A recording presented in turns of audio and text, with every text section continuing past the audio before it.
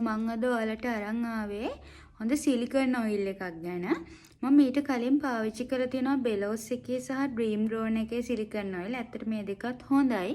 හැබැයි මගේ අන්තිම සිලිකන් ඔයිල් එක ඉවරුනාට පස්සේ මම ගියා අලුත් සිලිකන් ඔයිල් එකක් ගන්න. එතකොට මම දැක්ක එතන Forever එකේ සිලිකන් ඔයිල් එක තියෙනවා.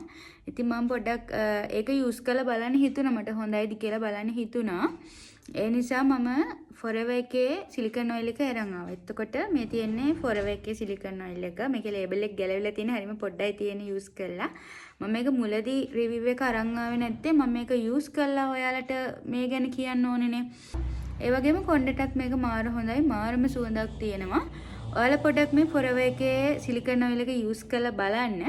ඒ වගේම මේ Forever එකේ සිලිකන් ඔයිල් එක යූස් කරන අපේ යාළුවෝ ඉන්නවනම් අනිවාර්යයෙන්ම ඒ ගැන කමෙන්ට් එකක් දාන්න කියලා මම ආදරෙන් ඉල්ලනවා.